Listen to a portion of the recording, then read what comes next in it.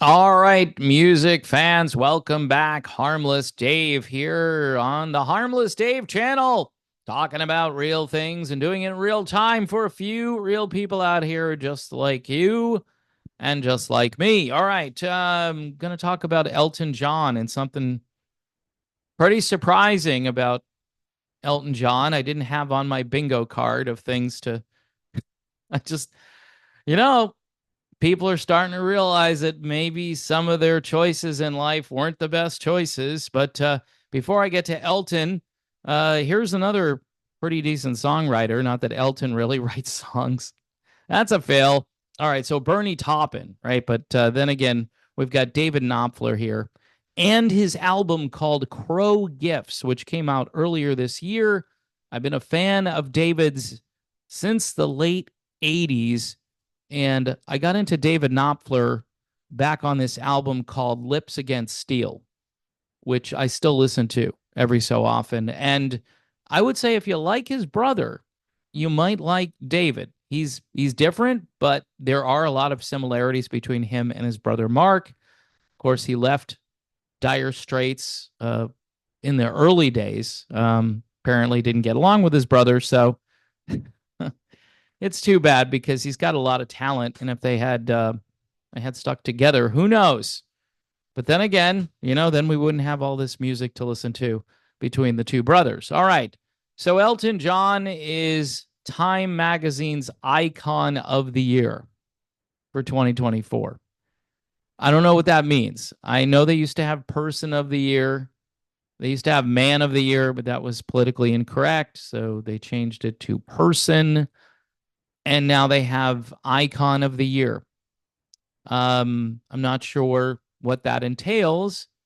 He says here, reflecting on my journey from the highs and lows of my early career to the peace and happiness of life. Now, with my husband and two wonderful sons, I'm reminded of the incredible support and love that have shaped my path. This accolade is a personal milestone and a reminder to the world that being yourself is truly iconic. Now, I'm not going to do any commentary there. I really want to, but I'm just going to refrain because I want to talk about the thing that Elton says a little bit later on here. Bernie Taupin says this. Do you know how many requests I get a day for the use of our songs on things like America's Got Talent, The Voice, or The Silly Show where they dress up as poodles? I don't think Bob Dylan gets a lot of requests for The Masked Singer. No, maybe not. But anyway, on a different subject, though, in this interview, Elton, who's battled drug addiction in the past, shares his thoughts on the legalization of marijuana. And he's not for it. Holy crap, Batman. He says this. I maintain that it's addictive. It leads to other drugs, he says. And when you're stoned, and I've been stoned, not me personally, but Elton has, you don't think normally. Really. Legalizing marijuana in America and Canada is one of the biggest mistakes of all time. Elton John said this. Wow. So maybe he really is icon of the year, but they're putting him as icon because of the first paragraph where he talks about his husband and his two wonderful sons and his husband. So that's why. But the drug stuff here at the end is very interesting. I wouldn't have thought Elton John would ever say that, but good for him.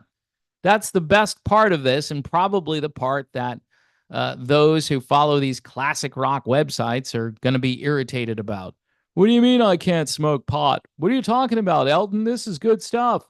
And you get the arguments, of course, that it's less addictive than other things. And I've heard those arguments. The problem is it's still addictive. It may be less addictive than something else, but that doesn't mean it isn't still addictive. So good for Elton John. All right. So short video. One more time for David Knopfler and Crow Gifts. This is a very mellow album. All right. So this is not money for nothing. This is folky, acoustic, Americana, with a few other influences, blues, country. I don't know. You might like it, or you might think it's not in your wheelhouse. But hey, I try to showcase things that few others are going to talk about, and hence David Knopfler, which came out early this year, and we're toward the end of the year. And I will be doing a countdown of my top new albums, and it's going to be a little schizophrenic this year. So you'll have to tune in toward the very end of the month to see that. I like to do it right before the new year. Anyway, folks, stay safe out in this world. It's crazy. Remember, Jesus is the reason for the season. Yep. Yeah, I'm going to stick by that. Jesus is the reason for the season. God bless, and I will see you soon.